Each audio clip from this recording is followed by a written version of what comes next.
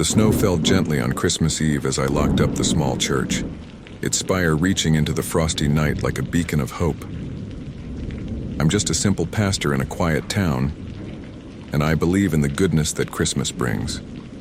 This year, though, would be different. As I turned the key, I noticed a figure huddled near the entrance. A homeless man, worn by the harshness of life, sat on the steps, seeking refuge from the biting cold. His eyes, filled with weariness and a touch of sadness, met mine. I couldn't turn away. In that moment, something stirred within me, urging me to do more than just offer prayers. "Hey there, friend," I called out. "What's your name?" He looked up, cautious, yet grateful for a conversation. "They call me Jack, Pastor Jack Williams." I could sense the stories etched on Jack's face, tales of struggles and hardships that had led him to this lonely doorstep.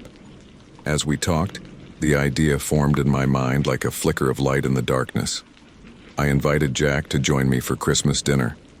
His eyes widened, a mix of surprise and gratitude, and after a moment's hesitation, he nodded. My modest home, adorned with simple decorations, felt warmer as Jack and I stepped inside. The aroma of a humble feast filled the air, a pot of hearty stew bubbling on the stove. We sat at the table, two unlikely companions brought together by the spirit of Christmas. Jack spoke of his life, the ups and the relentless downs, a family torn apart, dreams shattered, and the unforgiving streets became his harsh reality. Yet, his voice was resilient, a glimmer of hope that refused to be extinguished. As we shared our stories, the clock ticked away, marking the passing of Christmas Eve into Christmas Day. The silence between our words spoke volumes, a shared understanding that transcended the differences that society often emphasizes. Outside, the snow fell in silent grace, creating a peaceful blanket over the town. Inside, a quiet camaraderie blossomed, breaking down the barriers of judgment and preconceived notions. The flickering candles on the table illuminated a newfound friendship, a connection that defied the cold and embraced the warmth of shared humanity.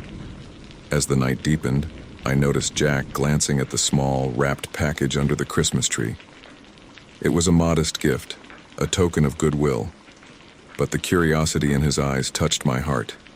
He unwrapped it with a childlike excitement, revealing a worn Bible. "It's not much, Jack," I admitted, "but it's a reminder that even in our darkest times, there's a glimmer of hope, a promise that things can get better." He ran his fingers over the pages, the leather cover weathered and softened by time. A tear welled in his eye, and for a moment, the weight of the world seemed to lift. As the night unfolded, Jack shared tales of Christmases long past, the warmth of family gatherings, and the joy of simpler times. I realized that sometimes, the most profound moments are found not in grand gestures but in the quiet exchange of stories and shared presence. As Christmas morning dawned, the sun painted the sky with hues of pink and gold. Jack, now wearing a scarf and gloves I had found in the closet, stood by the door ready to face the day ahead. I offered him a bag filled with provisions, a small gesture to ease the hardships he faced. "Thank you, Pastor," Jack said, his voice a blend of gratitude and newfound strength. "You've given me more than just a meal. You've given me hope." He walked into the snowy morning, leaving behind the warmth of my home. As I watched him disappear into the quiet streets, I couldn't help but feel that, in inviting Jack in, I had received a gift far more precious than I could ever give.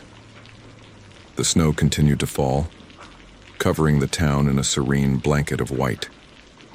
And as the church bells rang in the distance, I couldn't help but believe that the true spirit of Christmas lies not in grandeur, but in the simple act of opening our hearts to one another. The wind howled through the skeletal trees outside, a ghostly prelude to the ominous night that lay ahead. As I stoked the crackling fire in the hearth, a chill ran down my spine, an icy premonition that this Christmas would be unlike any other. My husband, John, had a peculiar penchant for inviting strangers over for dinner. It was his misguided attempt to spread holiday cheer. But this year, His insistence took an unsettling turn. He claimed to have met a wandering couple stranded on the desolate road leading to our isolated farmhouse. Their car had broken down, and with no service on their phones, they were left with no choice but to accept his offer of shelter. As the clock ticked closer to the fateful hour, I couldn't shake the unease that gnawed at me. John, oblivious to my apprehension, bustled around the kitchen, preparing a feast fit for kings. The scent of roasting turkey filled the air, but no amount of festive aroma could dispel the sinister undertones that lingered like a shadow in the corners of our home. When the doorbell rang, a shiver cascaded down my spine. I hesitated for a moment, clutching the edge of my apron, before reluctantly answering the call. Standing on our doorstep were the strangers, a man and a woman cloaked in heavy coats that concealed more than they revealed. Their eyes held a vacant intensity that sent a jolt of fear coursing through me. "Thank you so much for letting us in," the woman said, her voice a whisper that barely rose above the wind. "We thought we might freeze out there."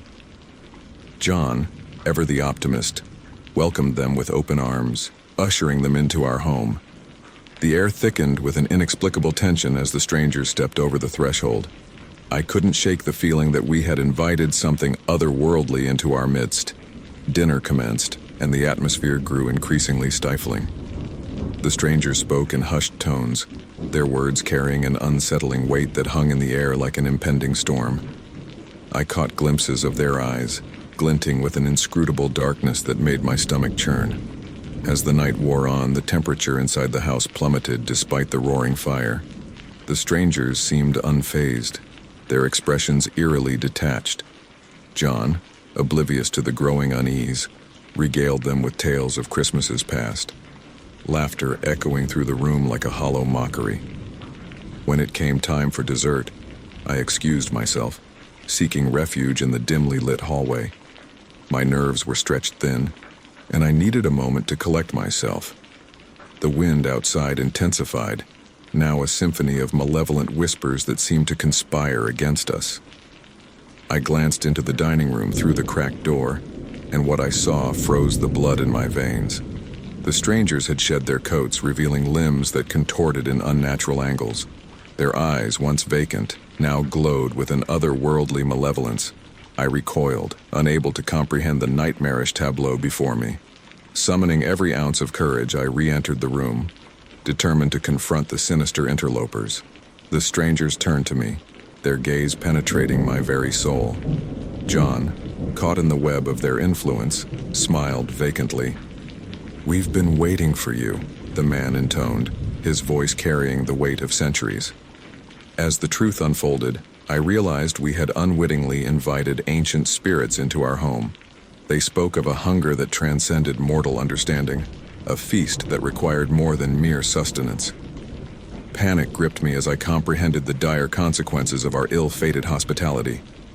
The room plunged into darkness, the fire extinguished by an unseen force.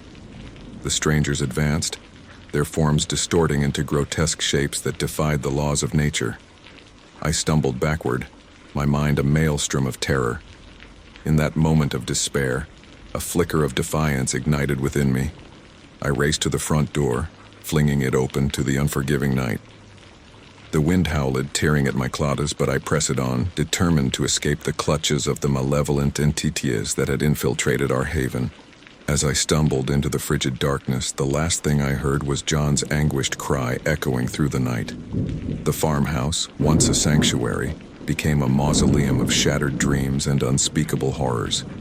Christmas, once a celebration of joy, had transformed into a chilling reminder that some invitations should never be extended, for there are things that lurk in the shadows, waiting for the opportune moment to claim unsuspecting souls.